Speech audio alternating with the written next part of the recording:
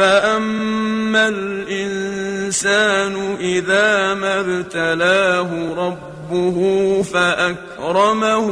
ونعمه فيقول ربي أكرمن فأما الإنسان إذا ما ابتلاه ربه فأكرمه ونعمه فيقول ربي أكرمن وأما